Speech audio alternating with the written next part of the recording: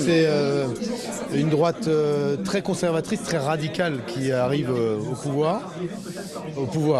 Non, vous voyez comme je suis.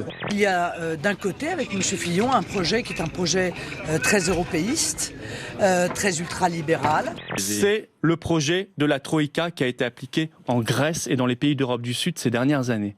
François Bayrou qui écrit que le programme de François Fillon pose de nombreuses questions qui devront trouver réponse. Il pourrait se présenter. Qu'est-ce que vous lui dites ce matin, François Bayrou ? Ça n'est pas comme ça qu'on mène une politique pour la France. J'invite d'ailleurs François Bayrou, s'il n'est pas à l'aise avec le projet de François Fillon, à nous rejoindre, parce que je pense qu'il y a beaucoup de convergences. François Bayrou sait très bien que la division pourrait conduire à une situation dramatique pour les idées qu'on représente. C'est Bernard Accoyer qui tient la corde pour vous succéder. Ce sera un bon président du parti ?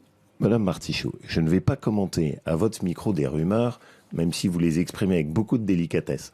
Est-ce que vous pouvez nous confirmer que Laurent Wauquiez ne restera pas, Laurent Wauquiez, sarkozyste entre guillemets, ne restera pas le patron des Républicains, qui sera remplacé par Bernard Accoyer, qui est un de vos proches? Non, je peux absolument pas vous confirmer ça, c'est une information qui est fausse.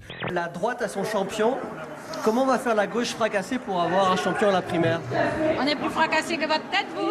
C'est l'interview du Premier ministre dans le JDD qui a mis le feu aux poudres.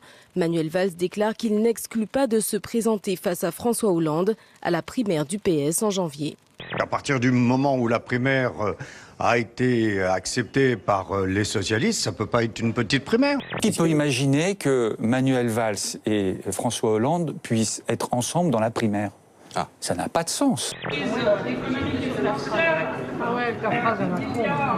pas l'objet de effectivement, la facilité, c'est... C'est jamais arrivé qu'un couple exécutif se déchire en direct et envisage d'être concurrent pour la même compétition. C'est hallucinant. Un Premier ministre qui attaque son président de la République, un président de l'Assemblée nationale qui critique le président de la République, c'est bon pour personne. Manuel et Valls donc je leur dis, doit démissionner après ce qu'il a fait hier matin. Il est temps de vous ressaisir. Il n'y aura pas de primaire entre le président de la République et le Premier ministre.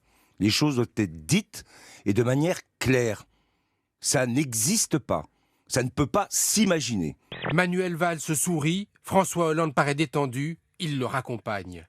Après 2 heures d'échange, les deux hommes ne feront aucun commentaire. Mais dans l'entourage de François Hollande, on évoque une ambiance tout à fait cordiale et studieuse. Des milliers de civils fuient Alep-Est, la zone sous contrôle de la rébellion. Beaucoup de femmes, d'enfants, de vieillards.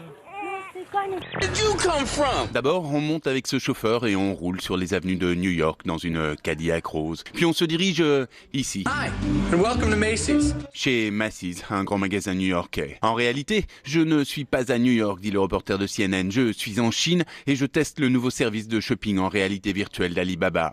Dans quelques heures, les canons vont résonner à Cuba. Lancement des commémorations officielles à la mémoire de Fidel Castro 3 jours après l'annonce de sa mort. Elles vont durer toute la semaine, avec en point d'orgue la procession de 4 jours. Les cendres du leader seront portées sur près de 900 km, en passant par Santa Clara, où repose Che Guevara. Visez ce sac, par exemple, les infos s'affichent, on voit le produit en 3D et il suffit de cliquer pour l'acheter et le recevoir quelques jours plus tard. C'est encore à l'essai, mais c'est très simple. Un portable, une appli, vous refermez et en voiture, avec votre carte de crédit, bien sûr.